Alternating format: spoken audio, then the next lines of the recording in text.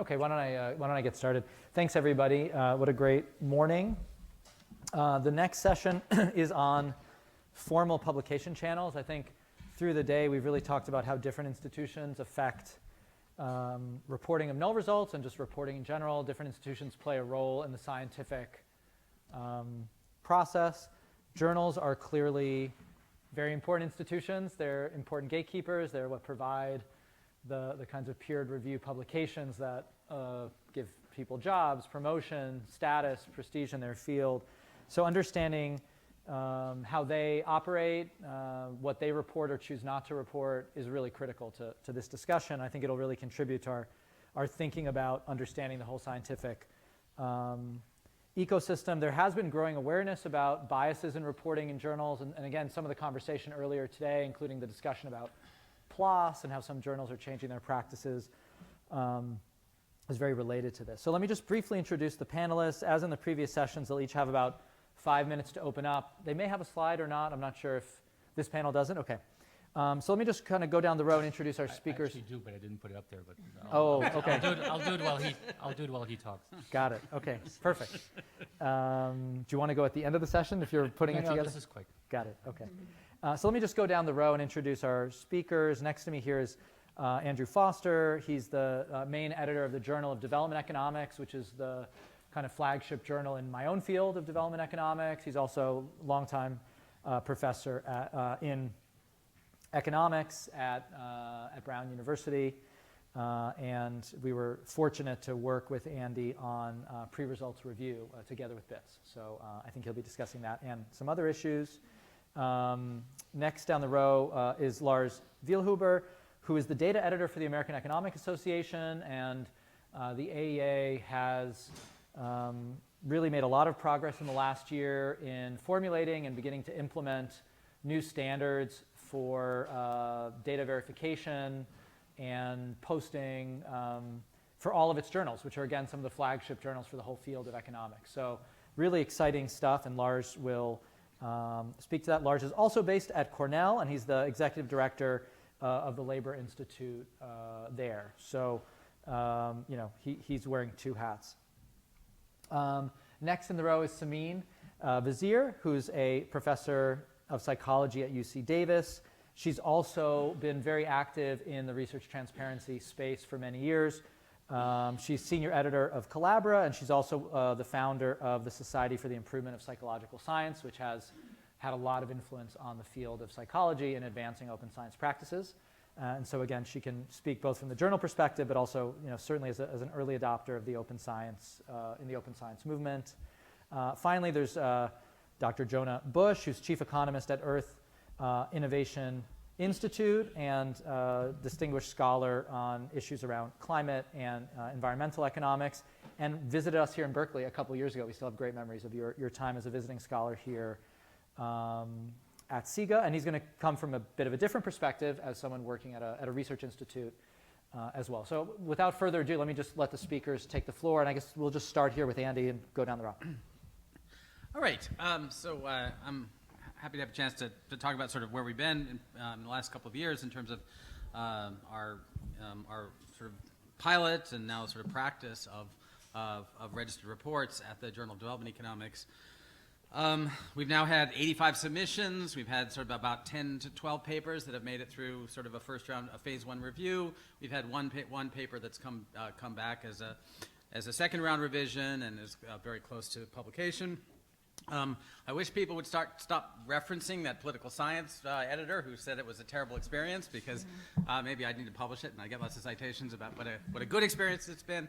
And because I think it has been a good experience, it's been good for the journal. Forget about all the sort of high-minded ideals of this conference. We've had better authors submitting better papers, and it's provided us a lot of publicity. And so from that perspective, it's been a win. I think it's also been a win for science.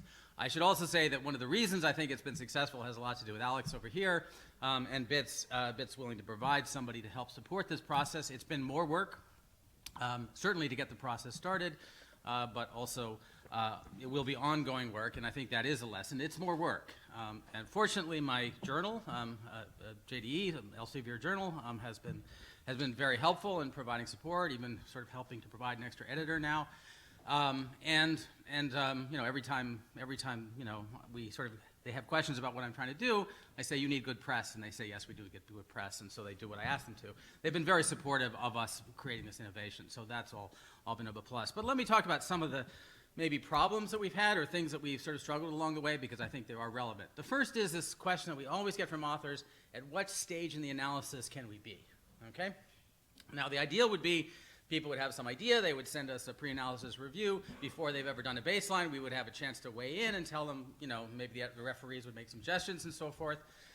They would design their survey appropriately, and they would then start the baseline. That's not the way it's worked for us mostly. Most of the registered reports have been somewhere between the baseline and the end line, okay? So we've had less chance to influence the survey than perhaps we would have thought when we started off this venture. On the other hand, we've had some impact on that, but we still, you know, often a paper will come in and they'll say, well, we're about to do the end line in 6 weeks. And we had to make decisions about, well, like, what stage of the data collection are we going to allow?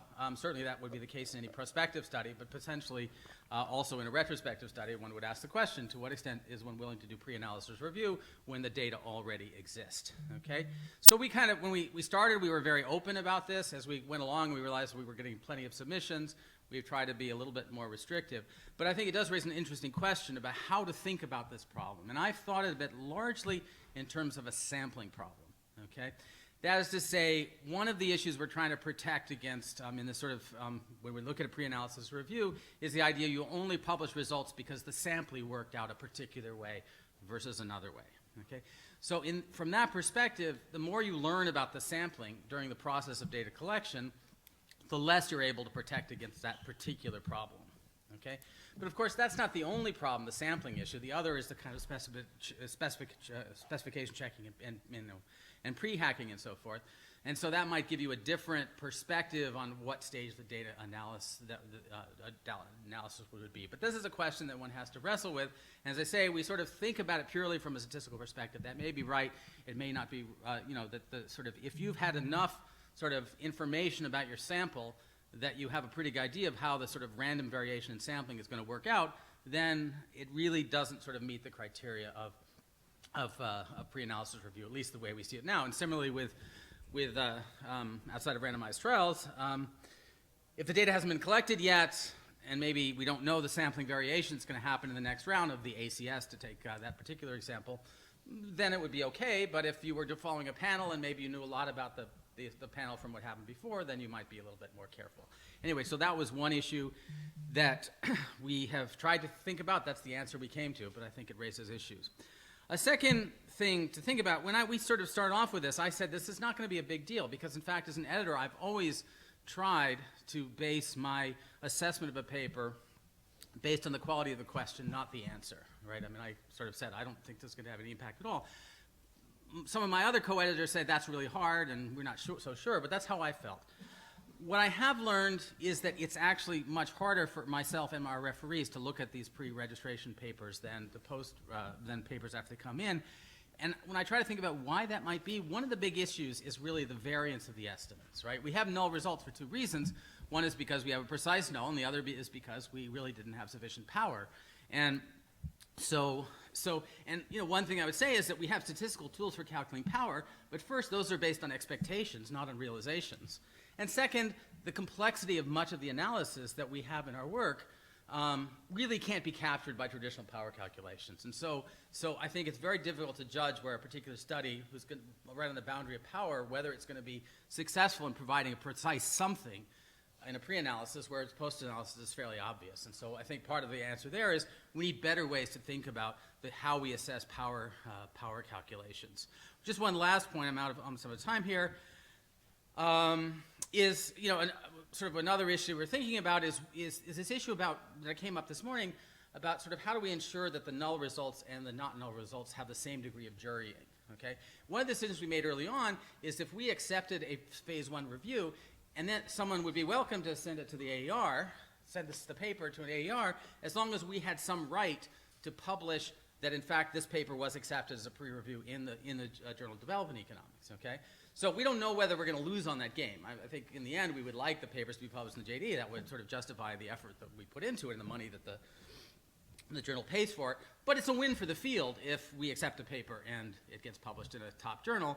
But we need to be able to sort of recognize that so that in some sense the null results and the non-null results are on the same playing field, okay?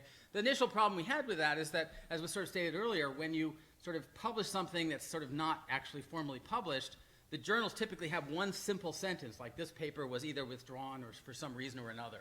And it doesn't actually explain anything at all. And so we had to work with the editor and say, look, we need something that doesn't just say this paper was withdrawn. We did have one case like that. And the person got regular emails saying, why was this paper withdrawn? What was wrong with it? So we actually got the editor to allow us to put more text that says, this paper is not published because either the study couldn't be completed or because it ended up being published in another journal. So that would be a third point, sort of speaking to this idea that different sorts of results should be on the same playing field in terms of publication so they can be evaluated in a similar way. Let me just stop there. Great. Okay, thanks, Andy. I don't know if there's any quick comments for Andy or if we should just go down the line. Okay, so why don't we just go down to Lars? Okay. So this actually works. So I'm at the, let me put it this way. This is about null results, and by the time that I get to see stuff, it's way beyond whatever it needs to be. Because the way it's currently set up, the data editor at the AA journals gets to see the data and the code that goes along with papers upon a conditional accept. So most of the decisions about publications have been made. And while there is theoretically the option for me to say, this is flawed, please go back to the editor, it has not yet occurred. So let me see a couple of quick things. First of all, what do we require? We require data, but above all, we want information about the data. And that's relevant for others to replicate, not just to reproduce these results. I want to get out there that you use some really awesome data to do this, or unique data to do this, etc. How can others get at it? And that has been in principle been in the guidelines since the guidelines were first issued in 2008. I am now reading all of those decisions, and we're testing those in many cases. So we've done, I don't know if this is going to come later, the new policy is there since July 16th of this year. We've done since then 138 articles. And I've read the README, or at least the data section of every single one of them, and we test when somebody says this is not available, I'm going to keep it private. And we test when somebody says, here's the data, do with it what you want, whether that's actually legal or not. So we've got reversions of author decisions both ways to do so. But the critical part is others must have some knowledge about how the data is accessible. If you're the only one who can access it, the editor thought it was fine, that's fine. But take it into account when you analyze the impact of this paper, right? Oh, and data citations have been on our list for ages, but we're actually now enforcing them. We always want the code.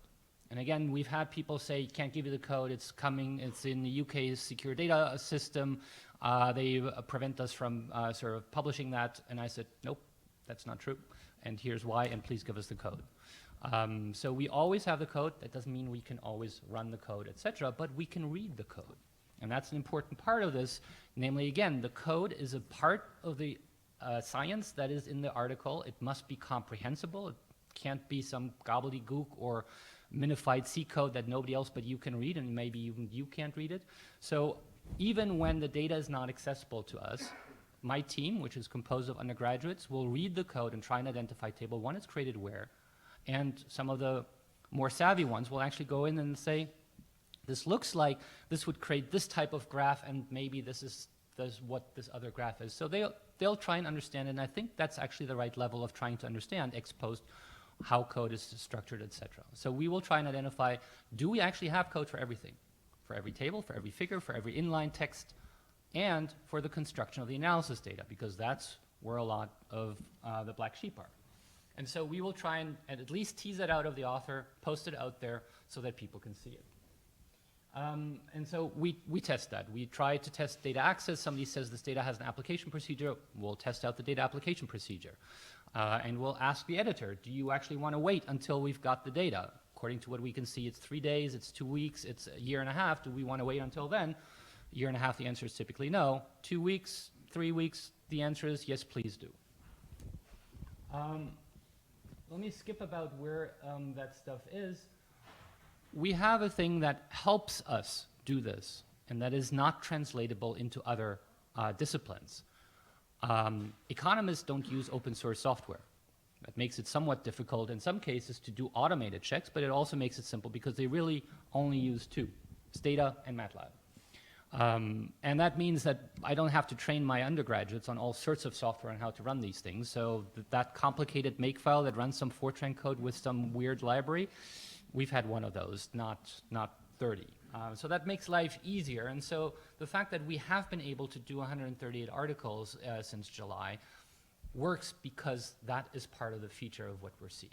Now that has other causes and problems, etc., to it, but we're not actually that much worried about the open source software that runs the code. We're only worried about the code, the Stata code, the MATLAB code, etc. And this is sort of a heuristic, but MATLAB programmers are not as good as Stata programmers in terms of making clear code. They're far more obscure. So where does this actually carry a cost? Well, the cost is that all of that takes time.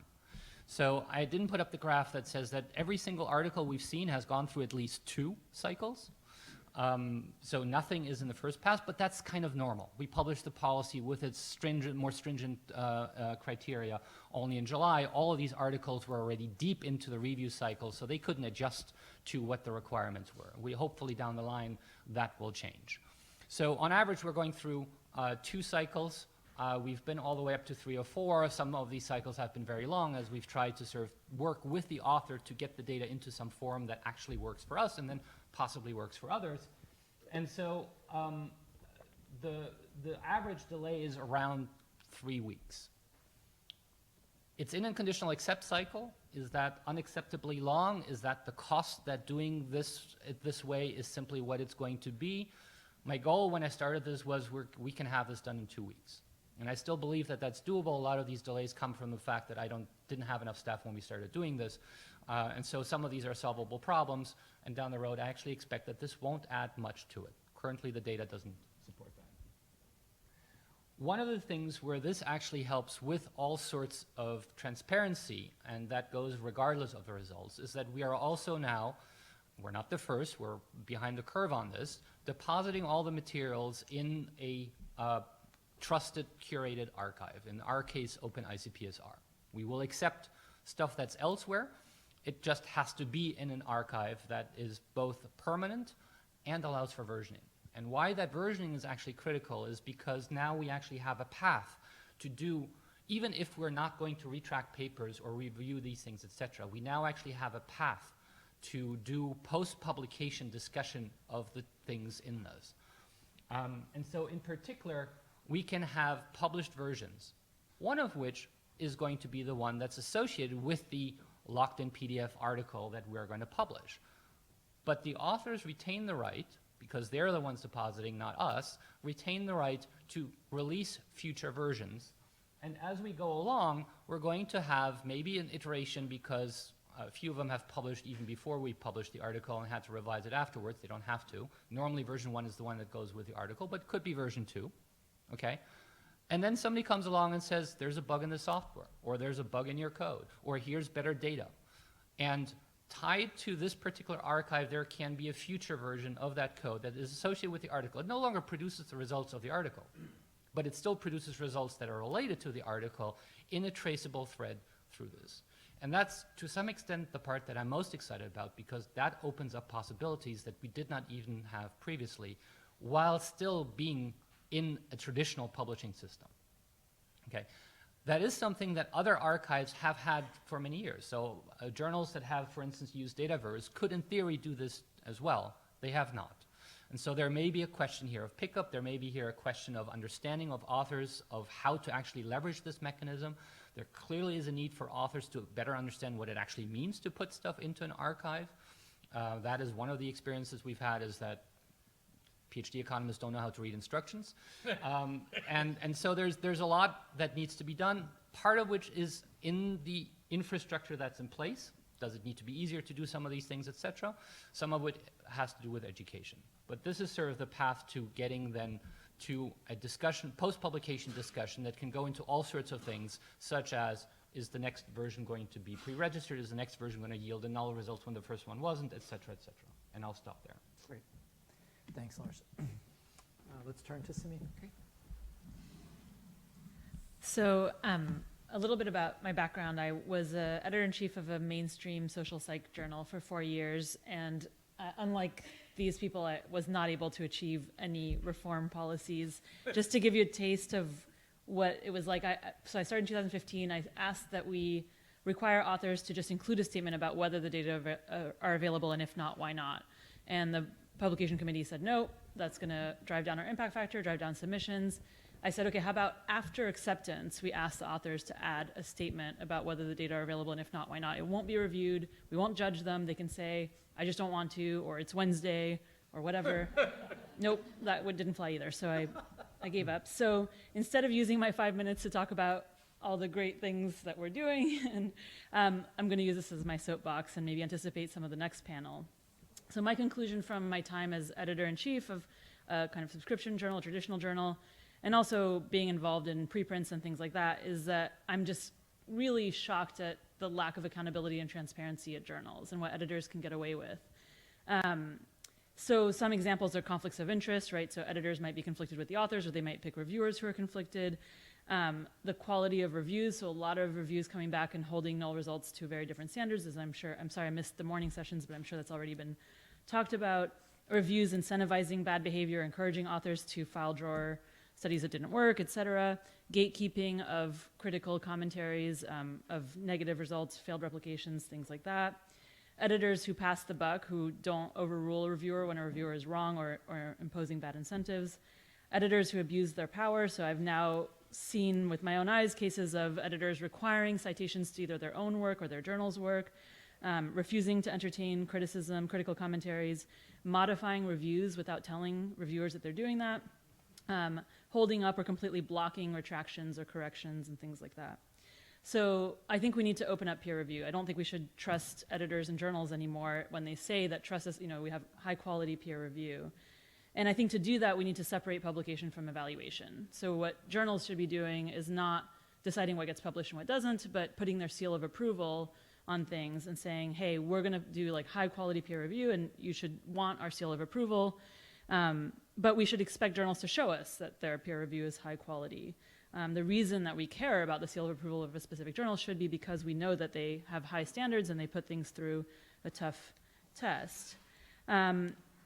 So I think that there's gonna be a lot of challenges with how we do that, but we're starting to see some examples. So journal independent peer review, like the Review Commons, where authors submit their paper to a preprint and can opt in to getting formal peer review that's going to be open no matter what, and then journals can bid on whether they want to offer acceptance to that paper in their journal. But what that means isn't publication. The paper's already published. It means just having the seal approval of that journal.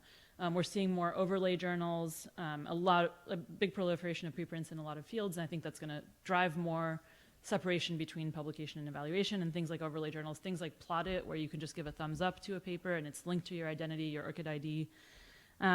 So I think there's going to be a lot more ways to evaluate papers and ways to critique the evaluation process and see what's happening and whether it really warrants the high prestige that some journals have.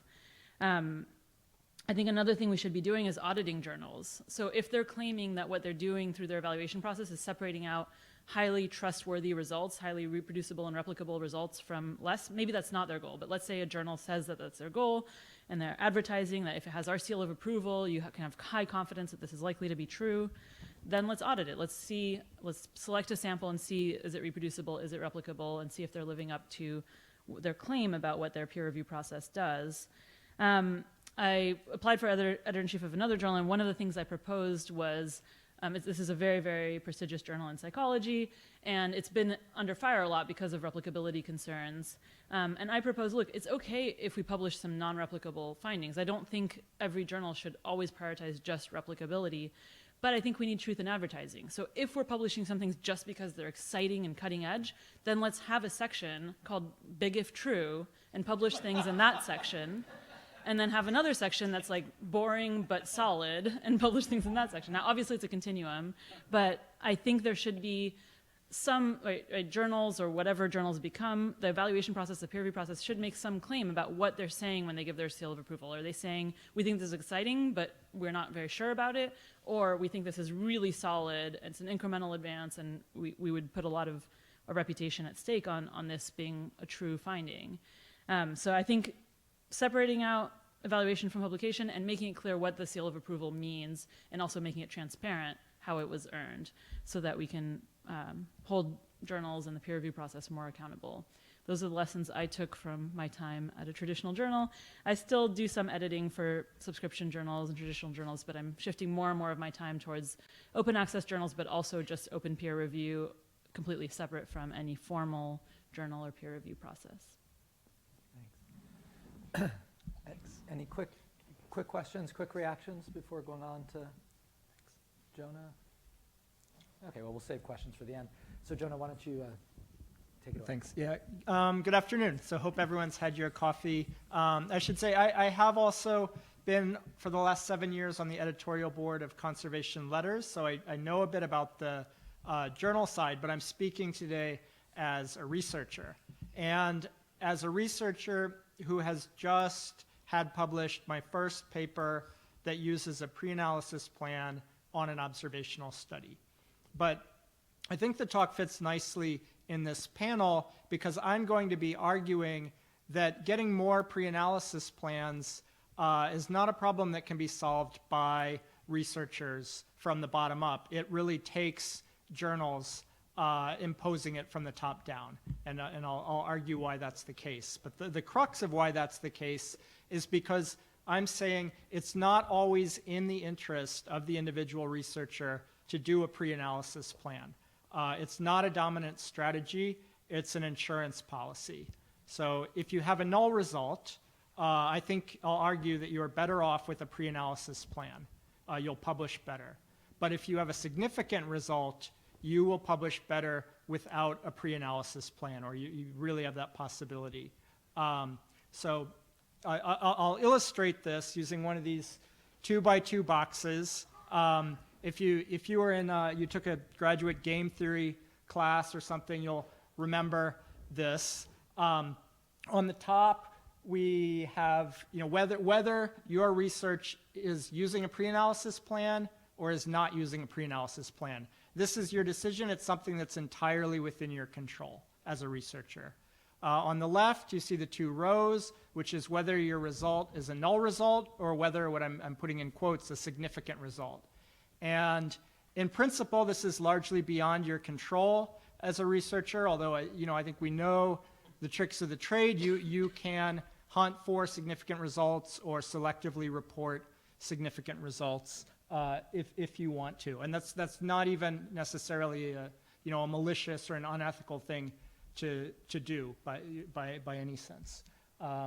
Okay, so the first box that I'm going to populate here is my own paper that just came out in World Development with Sebastian Bauhoff at the Harvard School of Public Health, Harvard Chan School of Public Health.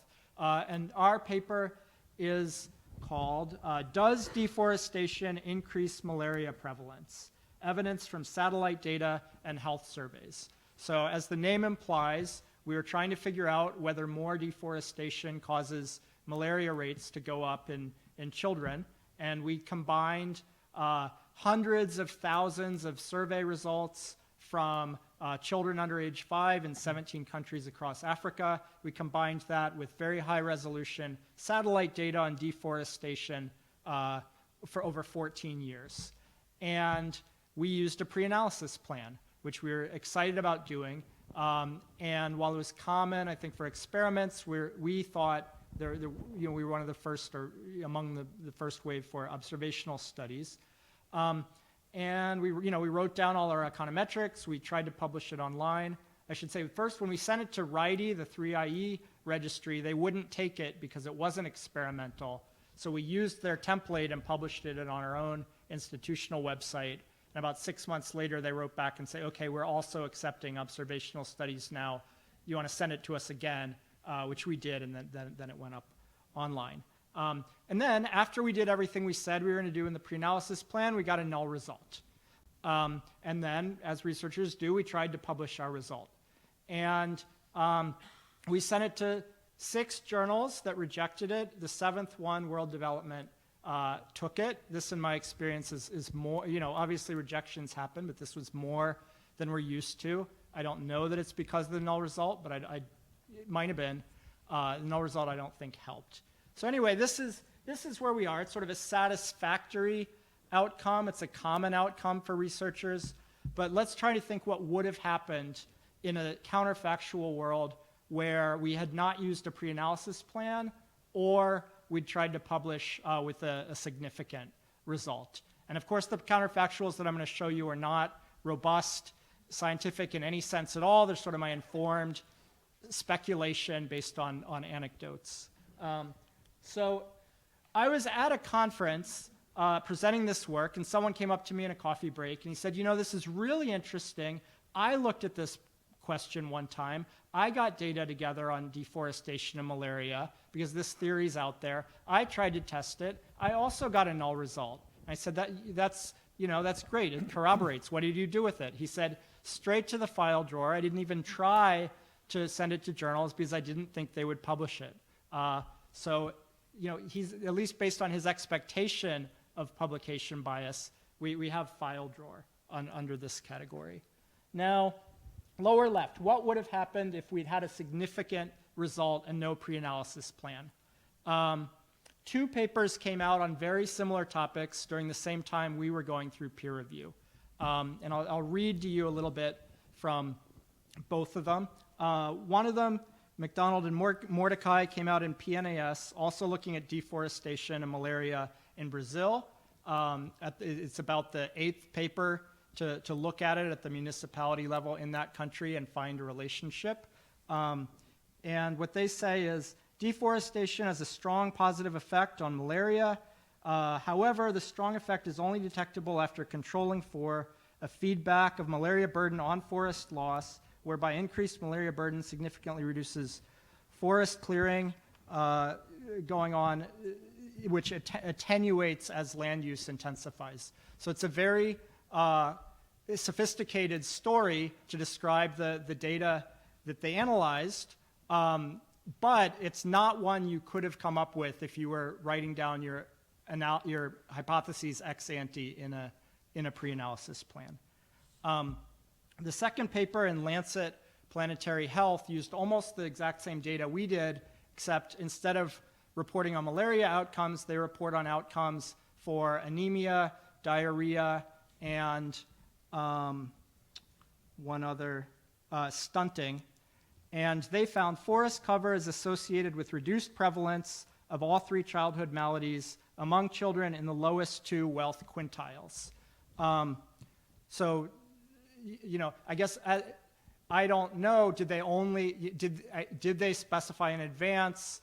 We have a theory that it's going to be lowest, that this effect is only going to be in the poorest 40 percentile, or did they slice it that way and find an effect, and that's what they report on? And for that matter, why these 3 diseases and not other ones that are in the demographic and health surveys?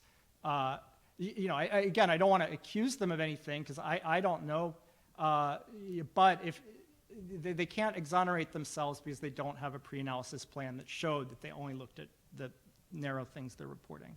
Okay, so anyway, that is my counterfactual for our research if we had had a significant result without a pre-analysis plan. The fourth one, if we had had a pre-analysis plan and we'd found a significant result, question mark. I don't know what would have happened, but we can make some guesses about this, which I'll do in a minute. Well, I'll say it should be. I think we would have done no worse than world development. The significant result could only have helped us, and I think we would have done no better than PNAS because PNAS is basically about the pinnacle of what you could expect for research of this type. And these are all general science journals because of the nature of the research we did, but you could easily, I think, substitute in journals from economics or poli-sci or whatever your discipline is, and the same sort of insights would hold. So what do we learn from this? 2 things. First, a significant result is always better than a null result. So PNAS is better than the file drawer. That part's kind of obvious. And the question mark is always better than world development, because as I said, I don't think we would have done, worse if we'd had a significant result. I don't think the null result could have helped us. But then what's less, obvious to me, at least until I made this kind of chart, is how does a pre-analysis plan compare to not having it? Is it a dominant strategy? And in fact, it's not a dominant strategy. So if you have a null result, you are better off, I think, with a pre-analysis plan. You're better off in world development than you are with the file drawer. However, if you have a significant result, I don't think you're better off, and perhaps you're worse off. And the reason is, if you do a pre-analysis plan, you are tying your hands in advance by design for very good scientific reasons to say you're not going to do the sort of after-the-fact, intricate storytelling that fits your data very well and perhaps sells it to a good journal. And you're also not going to go hunting and slicing in different ways for significant results and then selectively report them, because it's all there in your pre-analysis plan. So if you're doing a pre-analysis plan, you're providing something good to science, to knowledge, to the world, but you're handicapping yourself in the case of a significant result. So you're more like an insurance policy. So my final point is what to be done about this. If you think, as I do, that more people should be using pre-analysis plans more often, I don't think the incentives are such that individual researchers can do pre-analysis plans just because they learn about them and think they're neat. There has to be an incentive from the journals, and specifically the top journals, the ones that everybody wants to publish in. And if the top journals required a pre-analysis plan or strongly encouraged it in some way, more researchers would do it. And at mid-tier journals, I think if a critical mass of mid-tier journals started to require it, you could see it. But if only one or two did it, it's good to set an example, but as a researcher that doesn't want to do it, you could still just submit easily to another journal. So anyway, yeah, that is my recent experience with pre-analysis plans, and I encourage researchers to do them, but I especially encourage people who are with journals to try to get your journals to encourage them more as well for observational studies as well as experiments. Thank you. Great. I see some folks on the panel may want to react to other panelists' comments, so maybe we'll take a first round of comments within the panel, and then we'll open it up, because we still have, I think, 20 minutes. So I don't know, Samina, I think you wanted to make a comment. Yeah, please. Yeah, so I just want to agree with everything you said and add that I think from an editor or reviewer's perspective, I think also the requirement of a pre-registration, as we call it in psychology, has to come from the top down, because as a reviewer or editor, if you're thinking about people are allowed to submit the same kinds of claims, confirmatory claims that depend on the timing of the decisions, and then some people will show you the timing of their decisions and some people won't. So that when they show you, what very often happens in psychology, because we're just learning how to do these plans, is that we deviate from them. So people will have planned something and then actually they change their mind and do something slightly differently. And so as a reviewer editor, I can see, oh, actually I should have less confidence in your result because you didn't stick to your plan. There was opportunity for flexibility, and I can see where that flexibility was. So then if I hold that against them and I say either you have to change the strength of your conclusions, or there's a mismatch between what you're saying and what your evidence is, so I'm going to hold that against you. What do I do to the person who doesn't let me see the timing of their decisions but still ask me to believe it, right? And to that person, I think it feels really unfair that I'm not giving them the benefit of the doubt. I'm saying by default I'm going to assume there might have been flexibility. And I can understand why it's unfair to that author. So there's no good solution, because you either have to assume bad practices on the part of the person asking you to trust them, or to punish the person who's letting you see that they deviated, when you're going to assume if they hadn't told you, you would have assumed they hadn't. And both of those are untenable. So I think you basically have to say, a priori, we're going to say that if you're asking us to believe the timing of your decisions, if your conclusions depend on that, then you have to show us. Or if you don't show us, then you have to make much, much more cautious claims. And there are plenty of kinds of studies where this is not as relevant, but when it's relevant, I think we have to have the same standards. Anybody else on the panel want to react to Lars or Andy? Yeah. Oh.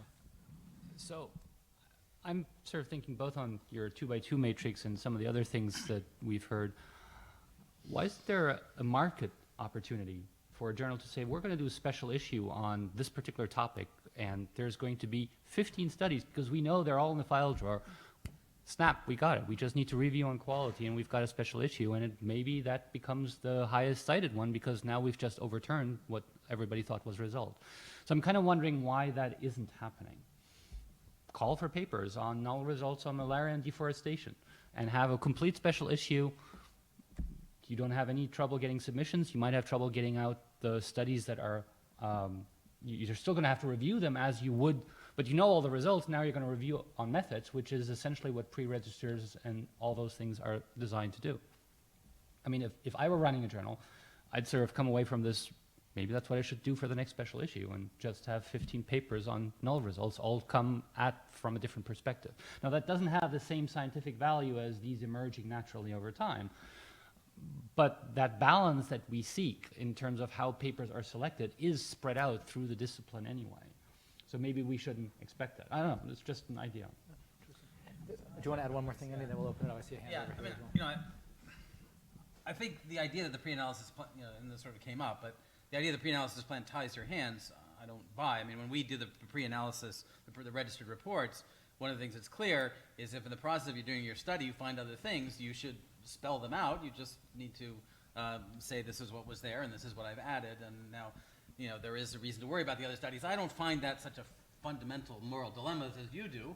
I just think about a paper holistically. There's a plus factor if there's a pre-analysis plan. It doesn't get the plus factor, but we're weighing so many different things when we look at a paper. This is one of them, and so it doesn't cause me a whole lot of stress as an editor, and I think I'm being fair. So that would be my reaction. There was a hand up over here. Or, yeah. I was going to say something along those lines, or rather what people thought about the realism of establishing a norm where you can do whatever you want, but you say what you intended to do at the beginning, and if you don't say that, we assume that you didn't, which is my general Bayesian prior anyway. And then you say what other interesting things happen. This is sort of the Andrew Gelman has made this proposal, right? 2 results sections. Thanks for your presentations, Jonah. I think that your conclusion that pre-registration is not a dominant strategy rests on the assumption that people are not going through the reflective process that Samin described, wherein results reported post hoc without any documentation of what other analyses were conducted or could have been conducted or what the authors plan to do and what they're not reporting to us. But I think that that's changing. The fact that it is possible to pre-register now means that we can reflect on, why didn't they? What aren't we seeing? And in the presence of that sort of suspicion, then all of a sudden there are lots of benefits to pre-registration, even if you just want the reviewers or readers of your paper to believe your result.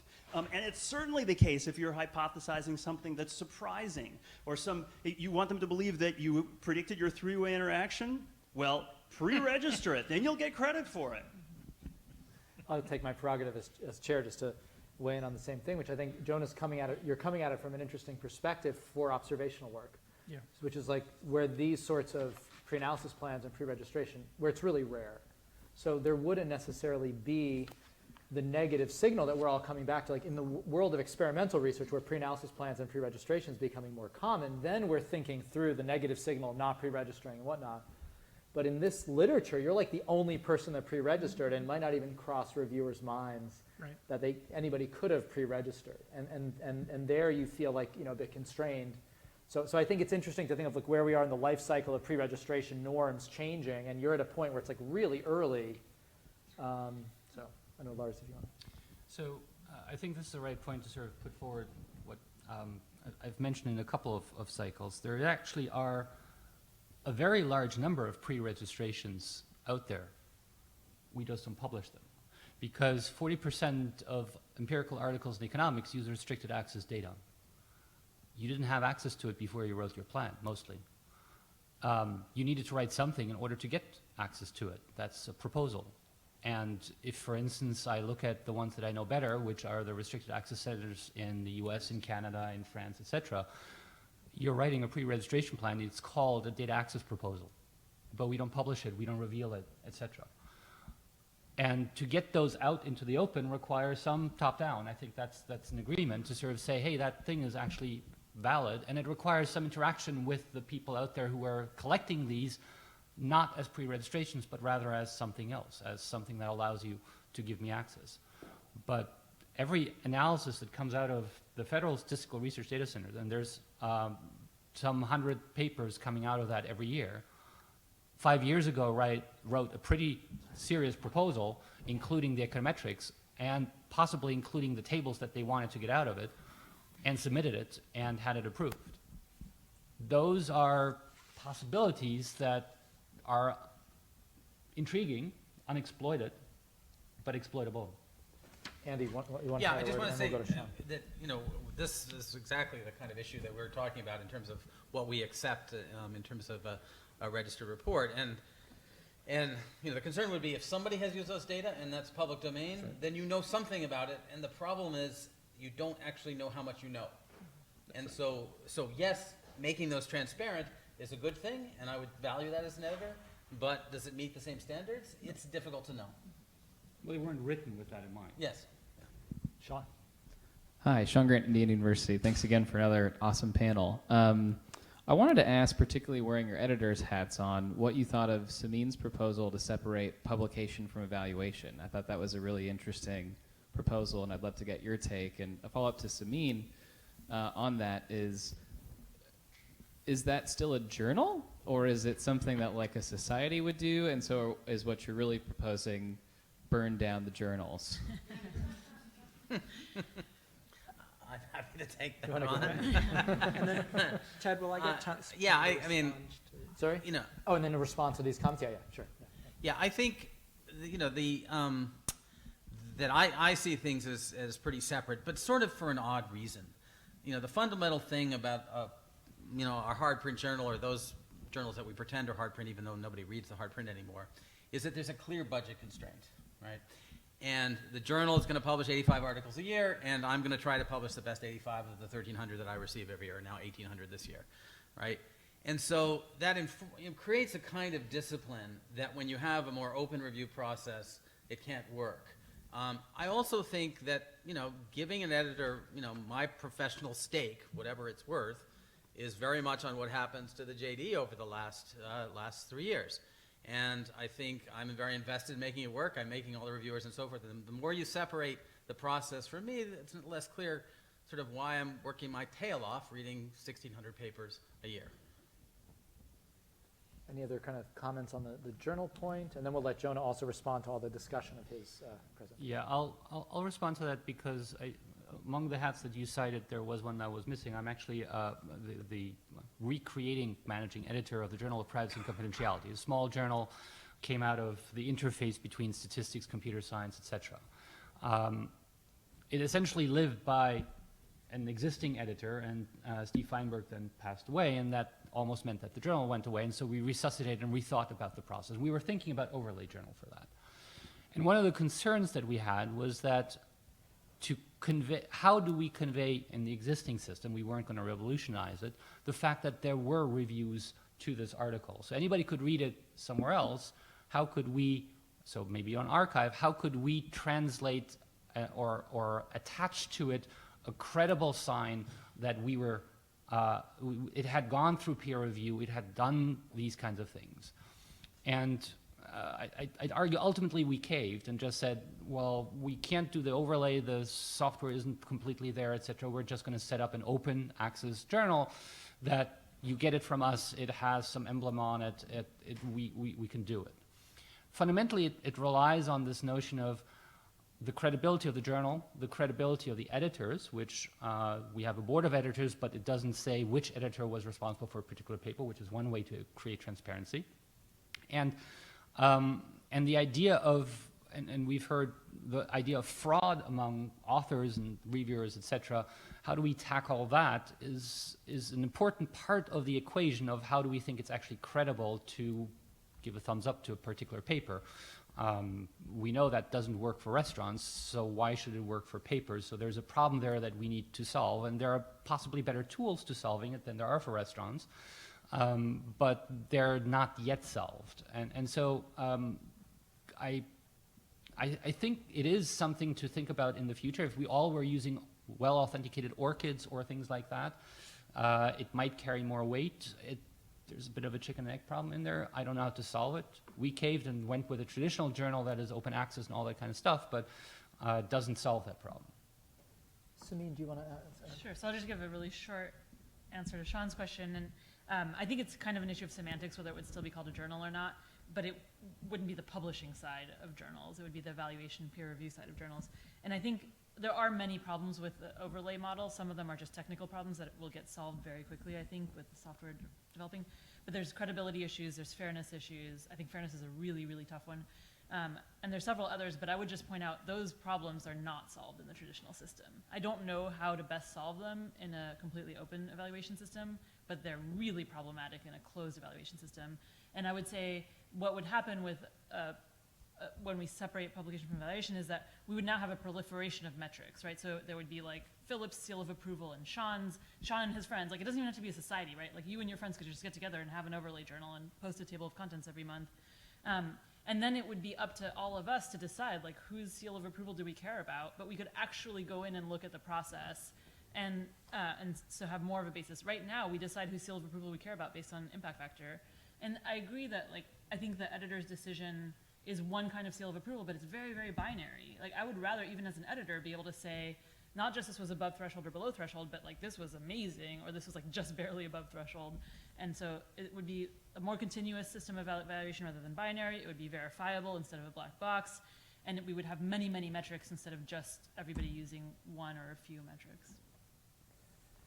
Jonah, do you want to take the floor? Because your presentation sparked so much discussion. Yeah, thanks. Yeah, really good discussion too. So I will respond, I think, only to 3 of the points that sort of came up in multiple people's interventions, and just sort of in order chronologically of how they came up with respect to our work.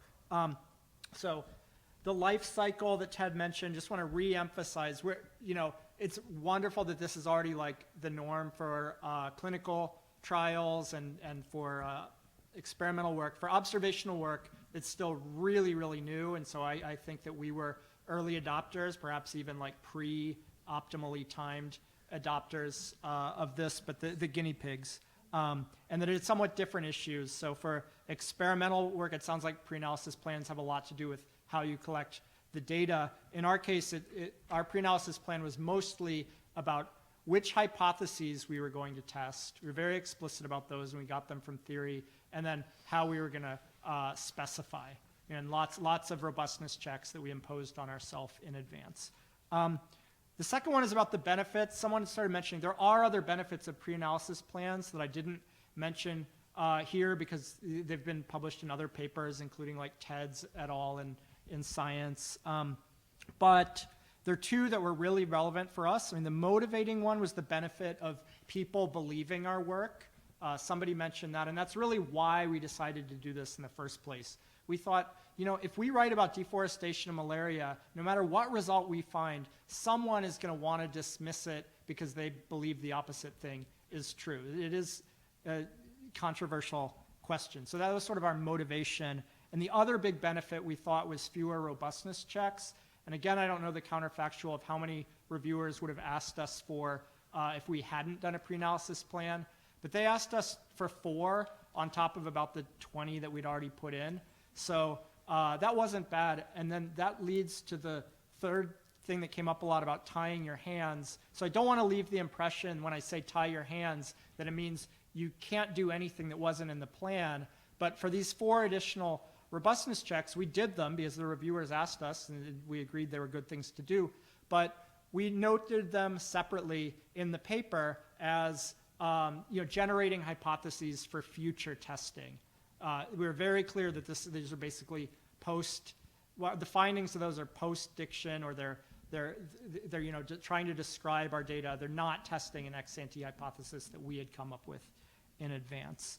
And then finally, just for those of you who haven't read it, there's a really terrific paper in NOSEC et al. 2018 in PNAS that just motivates why pre-analysis plans are a good thing to do, and very lucidly explains the problem of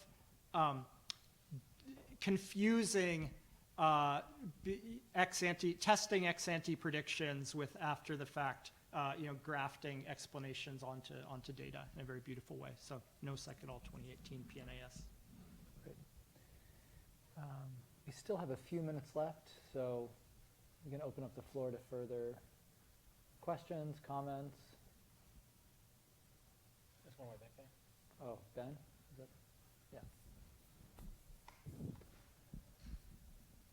Thanks. I'm Benjamin Nanos. I'm at Georgetown. I actually had a question for Andrew, because I think one of the things that has come back when I was thinking about writing up pre-analysis plans is that they tend to be pretty mechanical, right? It's like, you think a lot about the econometrics, you think a lot about what am I going to test, whereas when I've written papers based on data that we already had access to or had already collected without any kind of pre-thought, you spend a lot more time putting together a story. So the structure of the material that you generate feels very different.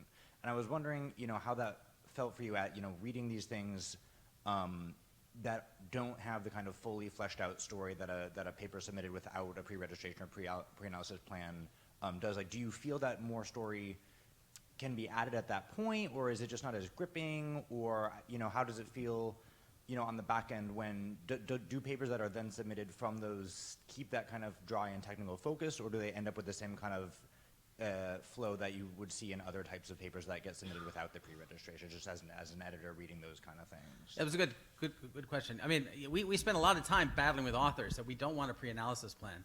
In fact, we don't actually mandate a pre-analysis plan.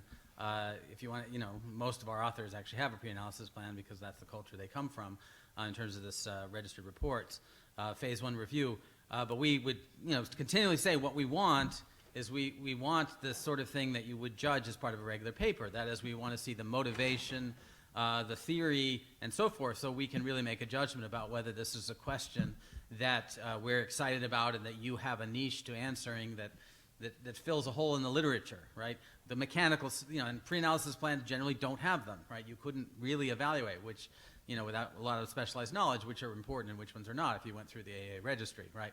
So we're really looking for an upfront story, and we have, sent papers back to authors as before we've even sent to referees saying you really need to fill this out. Now, of course, once you get the results in, there's always going to be a little bit of narrative or framing and so forth, and we're okay with that. We allow, I think, the authors a lot of flexibility as long as they do what they said they were going to do to try and sort of contextualize what they found.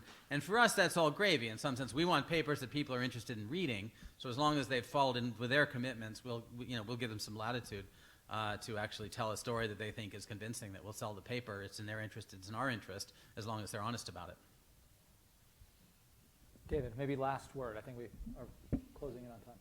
This is more maybe taking Andrew's perspective on Jonah's paper, but I don't know anything about malaria or deforestation. However, if a paper comes in, say, to the APSR where I was editor, with a very strong theory linking the two, and showing a good deal of citations linking the two, and then you come through and say, we ran this and could not find any result. This is, I don't have any view of where world development fits in this, but that would be a top 5. And I'm thinking along the lines of something that Ted said earlier, the famous sort of a Card and Kruger study on minimum wage, that why was it such a big hit? It was a big hit because we have strong economic theory saying it shouldn't happen. That minimum wages was associated with no loss in employment. And so in a sense, in observational work, if in fact you have a strong theory and evidence with that theory, coming up with a null result belongs in our very top journals. Yeah. I mean, that's what we thought too. And so not only is there like decades of epidemiological theory and practice that it is the case that more deforestation leads to more malarial mosquitoes, and there's about 10 papers showing more deforestation leads to higher rates in people in the Amazon, but we did all this and didn't find more deforestation as higher rates of deforestation and malaria in people in in Africa. So we started out thinking we'd do pretty well with it. You can, at this point, someone in the audience is probably saying, well, how do you control for researcher quality? Probably a better researcher could have maybe gotten it into those. I don't know. But I will just say I have published things in PNAS, et cetera, before. And so it's not only a researcher quality problem, perhaps. But we had hoped, we're overturning a really large body of literature, or at least finding a contrary conclusion. Even so, we had to really, pleco or whatever it's called, our way down till we got to a very good journal. Well, I would just say, I don't know that those 5 that rejected you were not my journal, but when I heard you describe the story, my initial reaction is it's a precise 0. I would not have been just rejected because it was a 0. I can guarantee you that. It would have been another reason. Because I understand the relationship. I worked in forest myself, and it's like, yes, that's interesting enough. So yeah, and it was a precise 0. Nobody told us they rejected it for null result. All I know is it takes longer than it usually does. And we didn't try economic journals, and maybe we should have, because I think, at least anecdotally, economists and their journals are more open to like these refutation type findings. But we went for science journals kind of because we wanted scientists to believe our work and not only think it's the economists like raining on their parade. So we tried Lancet, and we tried like the main science journals for that reason. Do you want to have a last comment on that? Sure. I was fascinated by your counterfactual, maybe soon to be factual, calling for a special issue on null result. Oh, I was fascinated by Lars's counterfactual / maybe future factual proposition of calling for a proposals for a journal for a special issue of null results on a particular thing, right? To sort of get things out of the file drawer. And I'm wondering if we can push that counterfactual, the panel could push that counterfactual one more step, which is, if that were published, who would cite it, and what characteristics, would make it most likely to be cited and most likely for those contributors to be incented to contribute? Is it a review article at the beginning of that's joined by all the authors that puts the nail on the coffin of something? Is it the accumulation of something, or how do we create incentives to go beyond? We should leave it there just because we are out of time. But that's a great thing to think about, and maybe in the next coffee break we can continue. But anyway, thanks to the panelists for a great discussion.